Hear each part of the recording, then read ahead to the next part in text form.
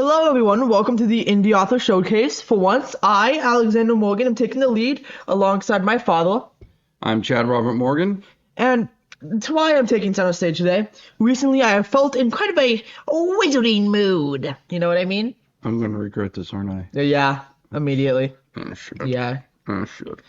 And recently, I just can't stop wizarding. I just can't stop casting my spells in my wizard tower. I just can't stop performing my alchemy, you know what I mean? So, that got me motivated. And for this, I created a little teensy weensy slideshow. He has never seen this before. I kept this hidden very well. So I would like to point out my slideshow. If you don't have audio, I'm sorry. Why Sci-Fi is actually just wizardry. By Alex, myself, and an apprentice. The apprentice shall not be named, for he wanted to keep his identity secret. Seem a little Scared out of my wits? Yes, I'm wondering what you're doing to my podcast, but that's all right. I'm making it better with the power of my wizardry. Let's continue. So as you can see, this is a very beautifully decorated slideshow, correct? I am regretting this already. Oh, you shouldn't. With that being said, let us continue. Why make the funny wizard slides? Number 1, the wizard disrespect is crazy. You wanna know what I mean by this? I walked out the streets in my robes, spellbook in hand. You don't have any robes? And you wanna know what happens? I'm in my level 9 robes, spellbook in one hand, magic potion in the other. And no one bats an eye. I've never been more shell-shocked in my life.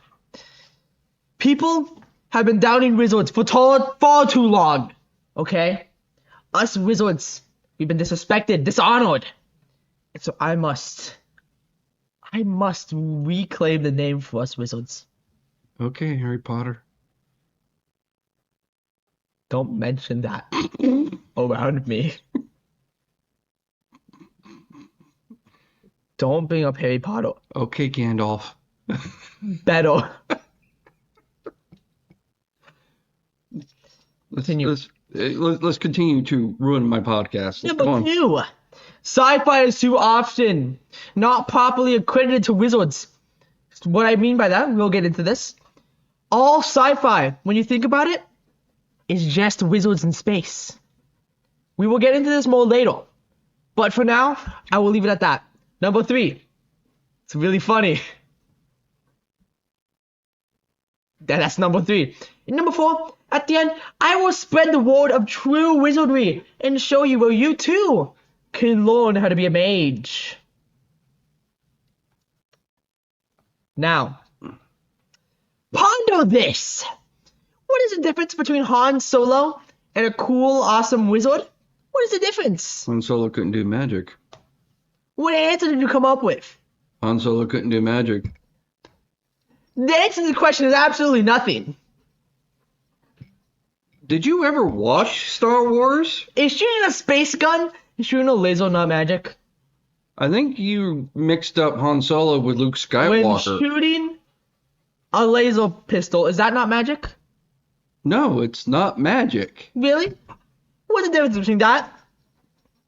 Ain't no magic missile. Because one is a piece of technology that you can actually... Technology powered by what? By an energy source. It's science. I mean, it's fictional science, but it's Fictional science, so I know what I call that? Magic. What is this? Now, why is this? Most people say that sci-fi comes from real-world science. That is wrong. Many different ideas of sci-fi can actually be originated from wizard novels. Hear me out on this one. Let's look at the similarities. The Millennium Falcon.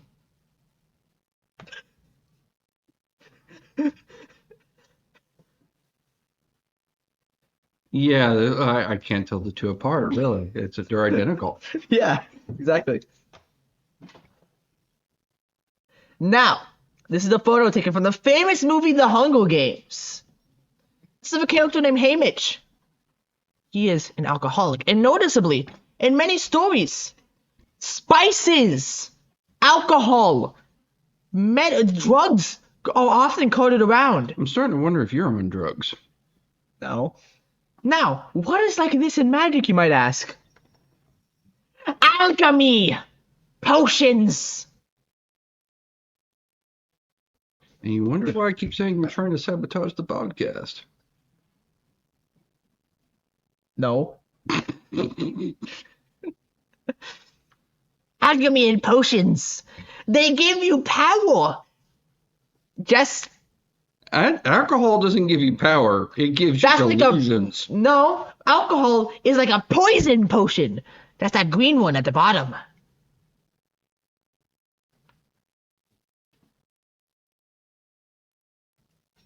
Continuing. Is there any difference between these two images? Yes. Is there really? Yeah, a whopping big one. Which one? What is it? One's got a gun, the other one's got a magic stick. But what is the difference between the magic stick and the gun? They both shoot out projectiles, do they not? One shoots blaster bolts, the other one shoots magic. They still shoot. Well, blaster bolts, but not just magic missiles. How do you know that magic missiles are not just energy bolts? Oh, Lord. How do you know that? Look at that face. Look at that face. The face of a defeated man. One who knows he has lost the battle. One that knows my podcast is going down the damn drain. That's what it is. What you truly mean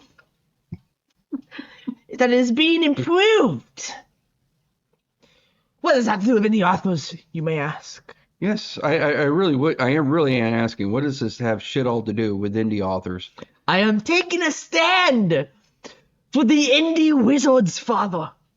There's indie wizards? Yes. Everyone knows Gandalf the Grey, Dumbledore the Dungus. Everyone knows them. You want to know who really needs to be known? The ones that didn't go to Hogwarts and were homeschooled? These are the wizards we're talking What about? about the wizards who went to the Lucaria Manor Academy? I did not get that name correct. Who went and he where now? Right now, don't worry. Who went and where now? What about the lower wizards? The wizards who rise up. And rise up from where? The ground. The wizards who came from your imagination. Single-celled organism. It blossomed to the beautiful people you see walking the streets. Think about that. What about the little guy? Think of the little guy. I thought the whole point of this podcast was to boost up the little guy. There you are. Yes. Throwing indie wizards down the drain. Real little guys, not imaginary friends that you're seeing from your delusional states. You are putting local wizards down the drain. I hope you know this. This is your fault. When you stomp the life out of an indie wizard. What indie wizards? There are no such thing as wizards in real life. When you stomp out the lives of multiple indie wizards. Have you been LARPing again? I hope that you get a sick, twisted sense of fascination for that. Think of the multiple wizards you have slaughtered, father. What? I'm not killing any wizards. What are you doing right now? You are slaughtering indie wizards. I'm slaughtering wizards. I'm taking my ass. You are taking the food from out of their mouths. You're taking the bread from out of their mouths, snatched. Right in front of them. You're watching the wizard starve. There's nobody here but us and this damn dog. I ain't watching nobody starve. You are taking their mana crystals. You are taking it from them. And you are ripping it out of their bodies. And you go and you consume them. Let me go mana potion on myself. Are we done with this bit? Please tell me we're done with this bit. Not yet. Oh, shit. Is there any differences? No. Now let's talk seriously. What happens if you swap the most famous sci-fi novel, Star Wars, my favorite sci-fi novel,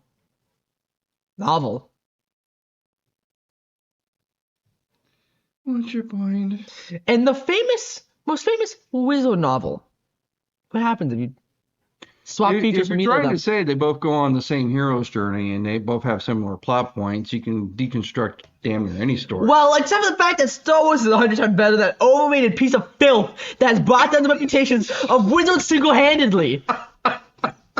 You liked Harry Potter when you were a kid. Nothing. When I was a dumb 5-year-old, possibly. I liked Harry Potter until somebody ruined the fourth book for me. Then you realize that it sucks. Well, somebody pointed out a major plot hole in the fourth book, and ever since then I was like, Because it's Harry Potter.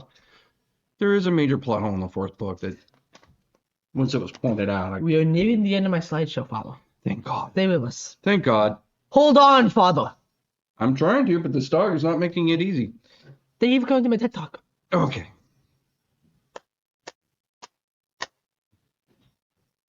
Well, you can learn your very own wizardry.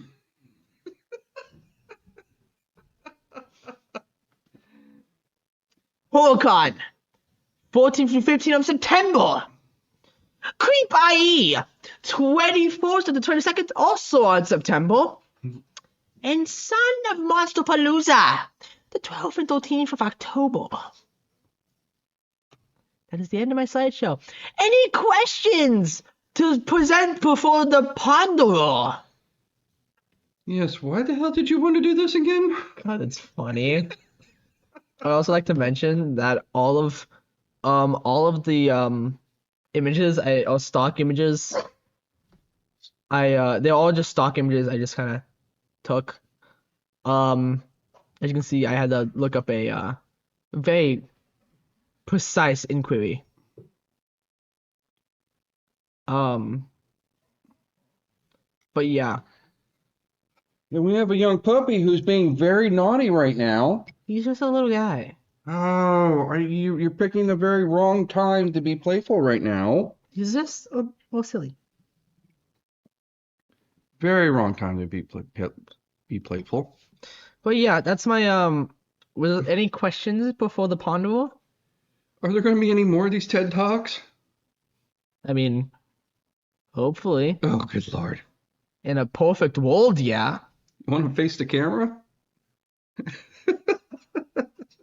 What a Okay. true Ponderers, no.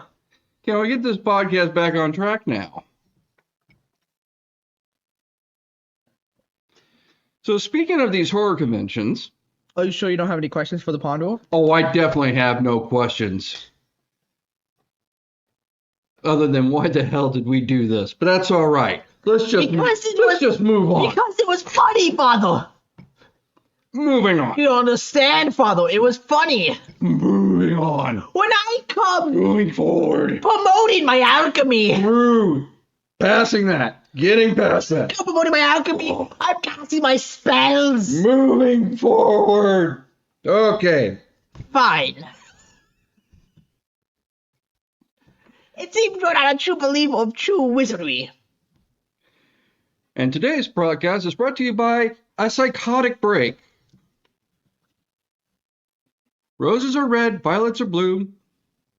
I'm having a nervous breakdown, and so am I.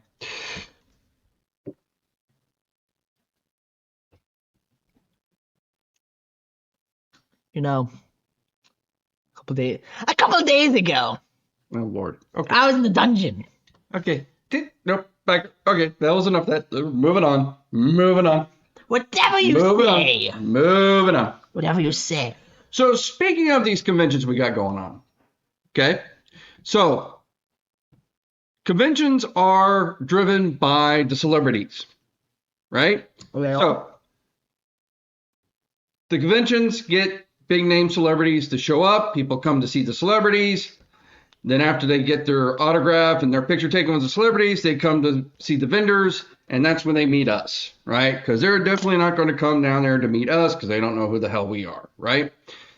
They come to meet big celebrity, after celebrity, they come meet us, and then hopefully they get to meet enough of, we meet enough of them, and then we start becoming somewhat of a celebrity. That kind of thing. So, who are the big celebrities that we got on some of these conventions? I do not have my orb with me to ponder on.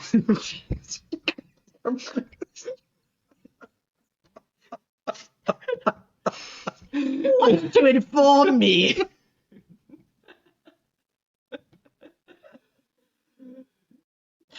So at HorrorCon, Yes. it was announced that we are having Michael Biehn.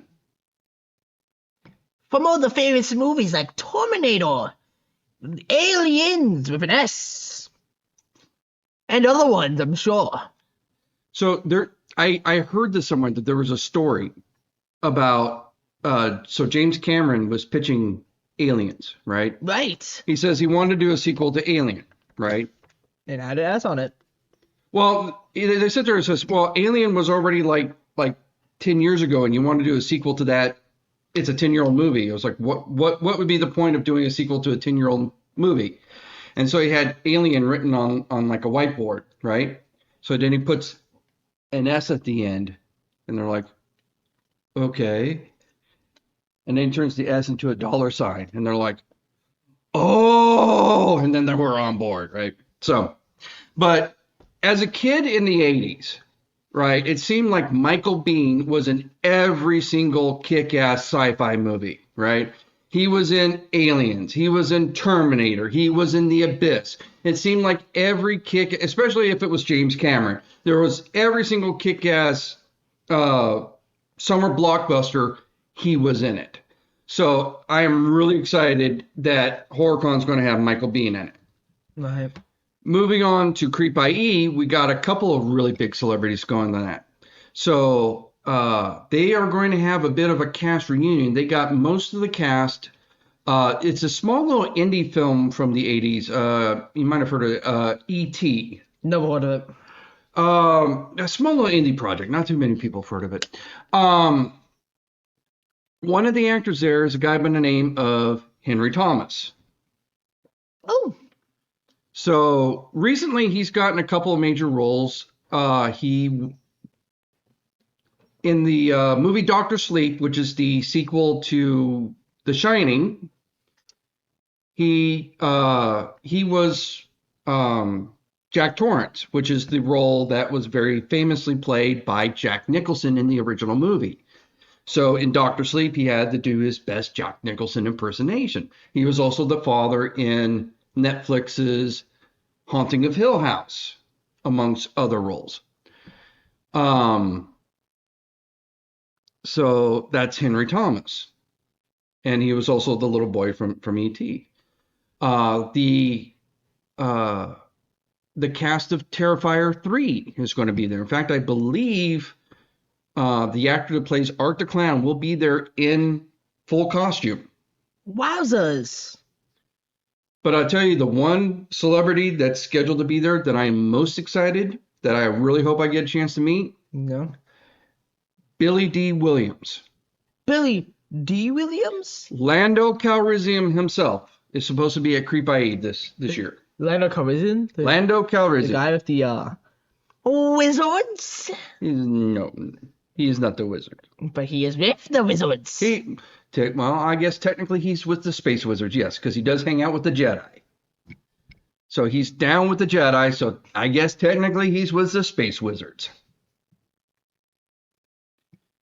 See, that's what I'm saying. You're doing the whole thing with Han Solo. I was like, your argument would have been much stronger if you picked Luke Skywalker. That's all I'm saying. Who? Luke Skywalker, the Space Wizard. Luke who Walker? Oh, Lord. Anyway, moving on. And so guess who is going to be at Son of Monsterpalooza? Inform me.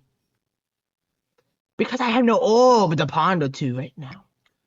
Bruce Campbell. Oh. Star of Evil Dead and the show Ash vs. Evil Dead. He was also recently in the movie Black Friday. He was also on the TV show Burn Notice. Lots of stuff. had recently had a cameo in Doctor Strange: The Multiverse of Madness. It's really cool because the last year we had Son of Monsterpalooza, the Raimi brothers. Both of them. Yeah. And Sam Raimi and Bruce Campbell are friends. In fact, that's how they both got started because Sam Raimi did Evil Dead, which of course starred Bruce Campbell, and that kind of put both of them on the map, and they built their careers kind of up together that way. And so Bruce Campbell has basically given more or less cameo in a lot of. That's why Bruce Campbell cameoed in a lot of the Spider-Man movies. He cameoed in Doctor Strange and Multiverse of Madness because Sam Raimi was directing, because they're buds. The more you know. So really excited. Hope to get a chance to meet Bruce Campbell at Son of Monsterpalooza. So quick recap. We got HorrorCon with Michael Biehn. Michael Biehn. We have Creep IE with the cast of Terrifier. Cast of Terrifier. Henry Thomas. Henry Thomas. And Billy D. motherfucking Williams. Billy D. Williams. And then at Son of Monsterpalooza, we are going to have Bruce Campbell. Bruce Campbell. Groovy. I don't know how to say that, but I can do it in a wizard voice. So, now that you've killed half the podcast with your TED Talk, I'm in my tower, straight up casting it. And by it, let's just say, my spells. if we're done with this, let's go on to this week's book review. Okay. Let me Pardon me while I whip this out. Yeah, let me whip it out real quick. You have never seen Blazing Saddles, have you? Let me just whip it out, flip it out. You have never seen Blazing Saddles. No, but I do know when I have failed you as a father. I know, You I have do never know when watched people Blazing usually Saddles. say whip it out, they're usually talking about a certain. I have got to show you Blazing Saddles. Do they whip it out? There's a part where He whips it out? there's a part of the movie, the running gag is, and it's kind of a racist joke, but they're trying to destroy this town. So the evil governor sends them a black sheriff, and of course everybody's all upset because They're racist. they're racist. Gasp. And so everybody's about ready to welcome the new sheriff, and he shows up, and all of a sudden they're all aghast because here comes this black guy, and they all get deathly quiet because he walks up there, and he's about ready to do his thank you speech for them to welcome him. And so he reaches down to his pocket to pull out his speech. He's like, pardon me while I whip this out. And everybody's like, because he thinks he's going to, anyway. But of course, over the course of the movie, he wins over the town. Everybody gets over their racism, and they realize that the sheriff is a really awesome guy. And in the end, he saves the town, and everybody begs him to stay, and he rides off into the sunset like the hero he is. So it's a really cool movie. It's really funny. Now let me introduce the latest book onto our list, our magical little our magical list. Wizardry. Now, the book is The Forever Ship. Only Omega can free humanity. When the All-New came, they took off in a single night. Humanity never stood a chance. Now, they force us to crew their ships and fight their wars for them. They hold Earth hostage, and if we refuse to their bidding, they lay waste to our precious Blue Mobile, slaughtering the billions who live there. But when Captain Bill Henderson is sent to claim a small moon for his masters, he finds something they never accounted for. An ancient warship. A behemoth abandoned for millennia by a species that reached its peak at the dawn of the universe. Could this ship of ages be exactly what humanity needs to cast off the shackles of their oppressors? Find out in Book 1 of Starship Omega, an engrossing new military sci-fi saga from the best-selling authors Scott Bartlett and Joshua James. Now, did you enjoy this book, Faza? I did. It wasn't bad. I liked it. Um, this was another military sci-fi. It was when we did Jeff Cheney. You were complaining that one was very dry. This one was not dry. Um, I mean, Jeff Cheney's was done all through like diary entries and stuff like that. So that was meant to be very static and like written as reports and everything like that. So this was actually written as a fictional book. Um, I thought it was kind of interesting because we started out as humanity as an enslaved species for a couple generations. So that was kind of a hard pill to swallow at the beginning of the book, right? That humanity is already like beaten down, right? Um, and towards the end of the book, I was starting to get some Battlestar Galactica vibes. You know what I mean? But overall, I dug it. It was good. I mean, I wasn't like best book I ever read, but it was a good, solid book. I did enjoy it. What did you think? I thought it was good, yeah. I liked the wizardry in it. Okay, seriously, what did you like in the book? I liked what's it? Like the story. I thought the story was pretty good. The way like, you know, the fact that it's like they begin the story and they're all like really kind of like going through it because they're enslaved, and how hope kind of like slowly arises throughout the story. I thought that was pretty cool. Um, yeah, because there's that whole like juggling the politics of it because the whole thing of it is that like Bill Henderson is basically trying to keep his crew together and trying to keep them alive.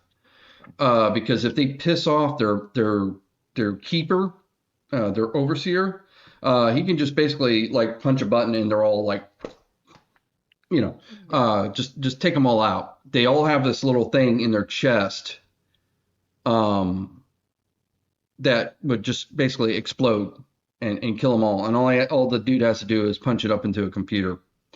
And basically the one thing that's keeping the dude from wiping out the whole crew is the amount of paperwork the dude has to fill out. Yep.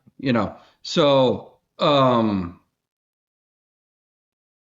you know, like I think there was one part where there was a Marine that was jettisoned in space, and so they had to they wanted to go get the guy. I think it was a girl actually. They wanted to go get the crew member because they wanted to save the person's life. But they knew that if in the middle of the battle they went to go get the person, they would have potentially been relieved of duty or worst, just killed on the spot for risking damage to the ship and everything like that because the people were considered disposable. So they're like, they know everything they're saying is being recorded and is going to be reviewed later. And they're like, oh, we got a person lost. And I'm like, yeah, that's really expensive equipment out there. It would really benefit our overlords if we salvage that very expensive piece of equipment that person happens to be in, and make a viable excuse so they can go rescue the person, kind of thing. So, and how they just get so browbeaten, and then finally there's this chance of hope that they might be able to get out from underneath this oppression. So, and it does. I mean, it's dark, but there's also that flower of hope, and this is the beginning of a series. So it is ending. I don't want to say to be continued. I mean, it does have a beginning, middle, end. It's not one of these books where it just. Some people, when they write these series, they just write and then they stop, right? It's just to be continued, and you just have to keep going. I don't like that when people write that way. This is not like that. It does have a beginning, a middle, and end. It does have a conclusion. Does definitely leave it open for the next adventure. More is coming. It does set up for the next book, but it does have a beginning, middle, and end, and it does have a satisfying conclusion at the end. So overall, I say it was a good, solid book. I enjoyed it, and yeah, I say it was good. And same. So yeah, 2 thumbs up for us, I guess. Yep. All right. So I guess that wraps up this podcast for this week. Now that you've completely derailed it with your TED Talk. You mean I have made it better with my wizardry, my incantations? Okay, so how can people help out and support us with the podcast or support us as indie authors? Come to our cons to support an indie wizard such as myself. And then you can also support the indie author right next to me. I guess he's there too. Yeah, the person who's paying for all these booths. Yes, you can come to any of the conventions. We have, as we mentioned before, we have HorrorCon coming up in September, followed by Creep IE. We also have Santa Montha Palooza in October. You can also buy any of our books. They're available on Amazon, Barnes & Noble, Audible. You can also find our books as well as any of our merchandise on our website at shopspectralink.com. And now we have a Patreon. Wahoo! You can sign on to the Patreon and support the podcast. And give me money so I can buy more ingredients for my alchemy. So the Patreon is patreon.podbean.com/indie author showcase. That's indie author showcase. Yes. So again, that's patreon.podbean.com/indie author showcase if you want to be a Patreon. $1 a month, and we give you a shout out here as a thank you for helping us out with the showcase and supporting the showcase. $5 a month, and we will get you a Indie Author Showcase official t-shirt. Wahoo! And now, we must bid you adieu. Goodbye, my fellow wizards and travelers. Goodbye. At least it's not Toodaloo, thank God. Toodaloo!